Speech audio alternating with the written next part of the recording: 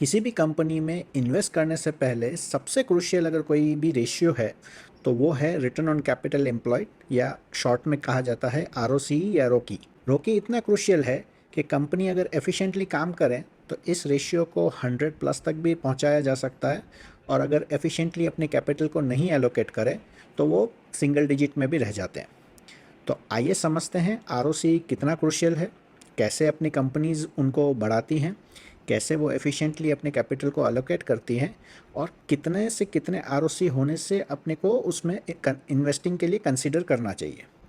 Equity investment में सबसे ज़्यादा इम्पोर्टेंट या सबसे ज़्यादा क्रूशियल कोई रेशियो होता है तो वो होता है रिटर्न ऑन कैपिटल एम्प्लॉयड या आरओसी, या उसको रोकी भी कहा जाता है। तो आइए पहले समझते हैं आरओसी क्या है। आरओसी का मतलब तो हो गया रिटर्न ऑन कैपिटल एम्प्लॉयड, तो यानी कि किसी भी बिजनेस को करने के लिए जो कैपिटल मेरे को चाहिए वो मैंने बिजनेस में डाला और उसके ऊपर से मैं रिटर्न जनरेट कर रहा हूँ। तो मैं जब वो उस बिजनेस के ऊपर से रिटर्न जनरेट कर रहा हूँ तो वो कितना रिटर्न कितने कैपिटल के ऊपर जनरेट कर रहा है, ये मेजरमेंट हो गया आरओसी का। मैथमेटिकल फार्मूला ऑफ कोर्स इसका है, लेकिन अपने मैथमेटिकल फार्मूला के ऊपर नहीं जाते हैं, और इसका रेडीमेड कैलकुलेशन सारी वेबसाइट्स पे अवेलेबल है, वैल्यू रिसर्च ऑनलाइन पे, स्क्रीनर पे, सब जगह पे अवेलेबल है। तो मैथमेटिकल फार्मूला के ऊपर मैं नहीं जाना चाहूँगा,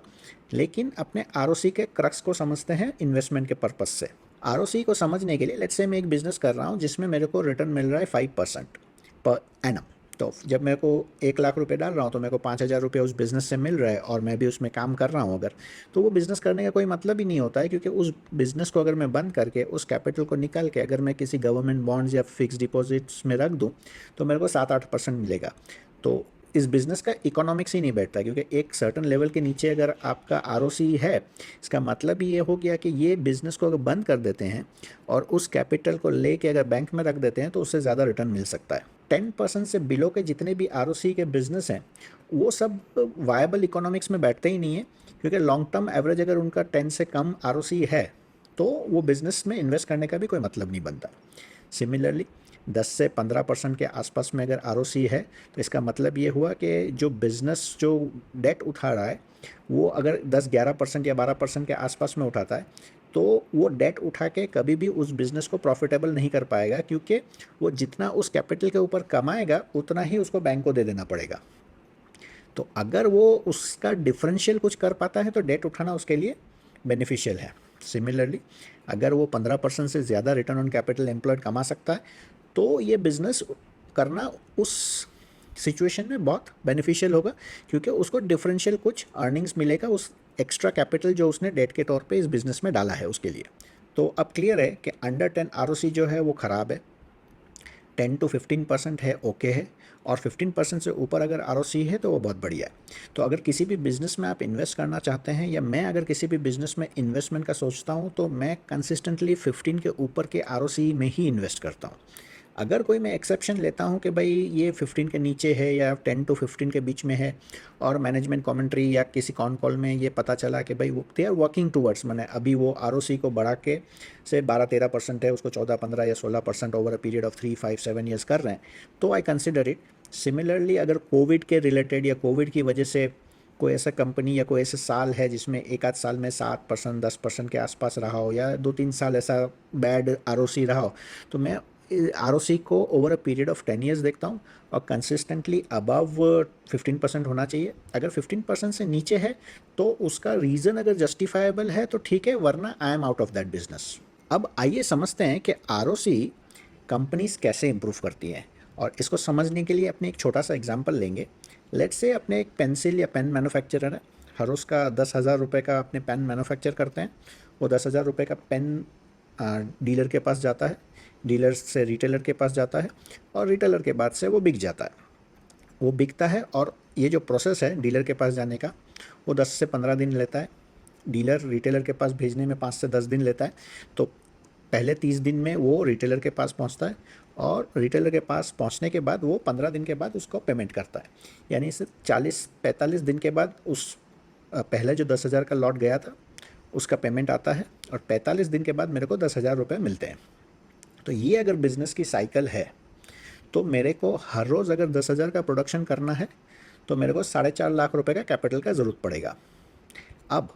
यही प्रोसेस, और लेट्स से इसमें मेरा 10% का प्रॉफिट मार्जिन है, यानी कि हर रोज़ का मैं 1,000 रुपये कमाता हूँ, तो 90 दिन का 90,000 रुपये मैं कमाऊँगा, और ये मेरा पूरा साइकिल चलता रहेगा। अब 90 दिन के बाद मैं 90,000 रुपये कमाने के पीछे मेरा जो कैपिटल लगा हुआ है वो 4.5 लाख रुपये लगा हुआ है, क्योंकि 46th डे पे मेरे को जो पहला मेरा कंसाइनमेंट निकला था उसका पेमेंट मेरे को आ जाएगा, तो मैं उसी से 46 डे का प्रोडक्शन कर पाऊँगा। इस समझने के लिए थोड़ा सा एकदम सिंपल वे में अपने समझते हैं, तो मेरा 4.5 लाख रुपये के कैपिटल के ऊपर 90,000 रुपीज़ का मेरा क्वार्टरली अर्निंग्स हो सकता है 90 दिन के अंदर। अब आते हैं अपने इसके एफिशिएंसी को बढ़ाने के ऊपर, यानी कि मेरा जो 4.5 लाख रुपए का कैपिटल है वो 15 दिन लगता है मेरे को उसको डिस्पैच करके रिटेलर तक डिस्ट्रीब्यूटर तक पहुंचाने में, फिर 15 दिन लगता है रिटेलर तक पहुंचाने में, और उसके बाद 15 दिन के बाद वो पेमेंट मेरे को करता है। ये जो प्रोसेस है, मैं अगर रिटेलर से तुरंत पैसे ले लूँ तो मेरा 15 दिन बच जाएगा, सेम 90,000 का मेरा प्रॉफिट रहेगा, और मेरा वर्किंग कैपिटल रिक्वायरमेंट जो हो जाएगा वो 3 लाख हो जाएगा, क्योंकि मैं जिस दिन उसको सामान पहुंचाऊंगा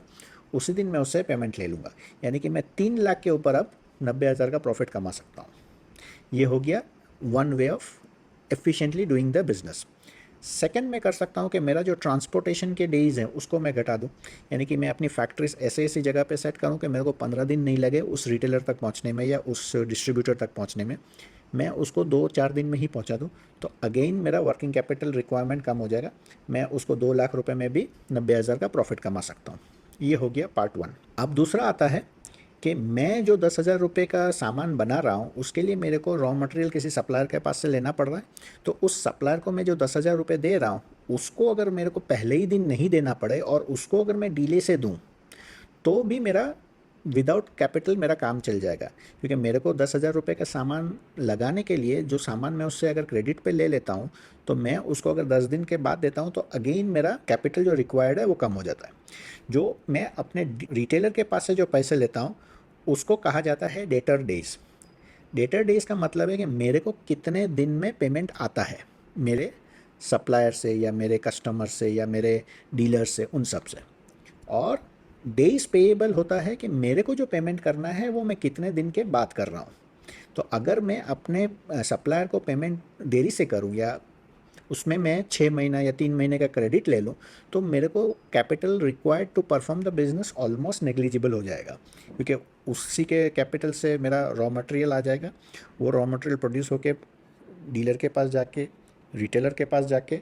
सेल होके उसका पैसा आएगा, वो पैसा मेरे पास रहेगा। और ये अगर साइकिल पूरा 30 दिन में हो जाता है और मैं उसको 60 दिन में पेमेंट करता हूँ तो मेरा ऑलमोस्ट कैपिटल रिक्वायर्ड नील हो गया, तो मेरा आरओसी ऑटोमेटिकली हाई हो जाएगा। तो चलिए अब देखते हैं 3 एग्जांपल्स जिससे अपने को पता चल सके कि हाई आरओसी बिजनेसेस कैसे होते हैं और वो कैसे ऑपरेट करते हैं। पहला जो एग्जांपल अपने देखेंगे वो है हिंदुस्तान यूनिलीवर लिमिटेड का, और इसके रेशियोज अगर अपने देखते हैं तो डेटर डेज जो है वो 15, 16, 14 दिन, यानी कि वो अपने कस्टमर से या अपने रिटेलर डिस्ट्रीब्यूटर से 2 हफ्ते में पेमेंट ले लेता है, लेकिन जब उसको देने की बारी आती है तो वो ऑलमोस्ट 140 डेज से 180 डेज तक के बीच में देता है।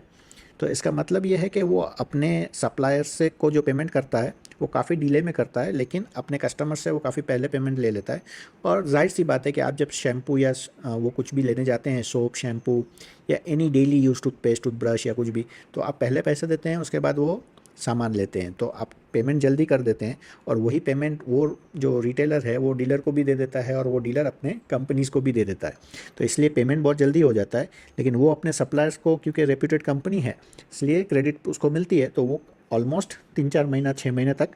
उस कैपिटल को यूज़ करती है। तो इसके लिए आप देख सकते हैं कि इसका कंसिस्टेंटली आरओसी ऑलमोस्ट 100% के आसपास था। लास्ट 3 साल से ये थोड़ा सा नीचे आया है, 30-20% के आसपास में आया है, 30s के रेंज में या 20s के रेंज में। उसका रीज़न इसलिए है कि उसने एक बड़ा एक्विजिशन किया है, तो उसमें कैपिटल उसका काफ़ी ज़्यादा एलोकेट हुआ है। अब धीरे धीरे उसकी भी एफिशिएंसी वो बढ़ाएगा तो वो ऑटोमेटिकली बढ़ जाएगा। दूसरा एग्जांपल अपने समझते हैं एशियन पेंट्स लिमिटेड का। इसका भी अगर आप रेशियो देखेंगे तो इसका भी रेशियोज़ आरओसी जो है वो ऑलमोस्ट 30-40% के आसपास में ही है ओवर द लास्ट डिकेड, 2012 से 2023 तक का। और इसका भी सेम ही रीज़न है कि इसका डेटर डेज ऑलमोस्ट 40-50 डेज है, डेज पेएबल ये 70-80 डेज में लेता है, और इसका इन्वेंट्रीज भी ऑलमोस्ट 100 डेज, 150 डेज के आसपास में रहता है। लेकिन फिर भी ये अपनी कैपिटल को ऐसा एफिशिएंटली मैनेज करता है कि इसका आरओसी जो है 30-35% रहता है। तो अगर कोई भी लोन लेने की ज़रूरत पड़े एशियन पेंट्स को, तो उसका कैपिटल एफिशिएंसी रेशियो इतना अच्छा है कि उसका उसको फ़ायदा ही है। लेकिन क्योंकि इतना कैश जनरेट होता है इस बिज़नेस से कि उसको लोन लेने की कभी ज़रूरत ही नहीं पड़ती अब। तीसरा मैं एक एग्जांपल ऐसा शेयर करना चाहूँगा जो माने जिसमें इन्वेंट्री बहुत हाई होती है। ये जो कंपनी है उसका नाम है एलटी फूड्स लिमिटेड, और ये बासमती राइस बनाती है, और ये भी एफएमसीजी सेक्टर में ही है। इसका आप रेशियोज़ देखेंगे तो इसका रेशियोज़ 10-12-15% के आसपास ही है, और मार्च 2023 में जाके ये 18% हाईएस्ट एवर आरओसी क्लॉक किया है। लेकिन आप देखिए इसका डेटर पेज 30-40 है, सिमिलर टू एशियन पेंट्स, और इसका डेज पेएबल भी 70-80 है। लेकिन इसका आरओसी कम होने की वजह है इन्वेंट्री डेज। तो बासमती राइस में आप अगर आपको पता हो तो राइस जितना एज्ड होता है उतना उसका प्राइस अच्छा आता है। तो अगर आपने राइस इस साल लिया और उसको 300 डेज़ या 400 डेज़ तक उसको अपने वेयर हाउस में स्टोर करके रखा, तो वो हो गया 1 ईयर एज्ड बासमती राइस, और उसका वैल्यू ज़्यादा मिलता है या उसका सेल प्राइस ज़्यादा होता है। तो क्योंकि बासमती प्रोड्यूसर है तो उसको राइस को एज करके रखना पड़ता है,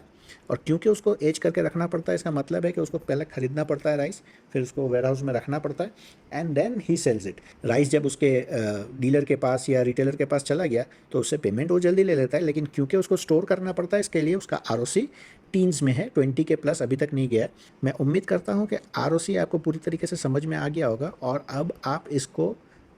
इन्वेस्टिंग में अप्लाई करने के लिए तैयार है।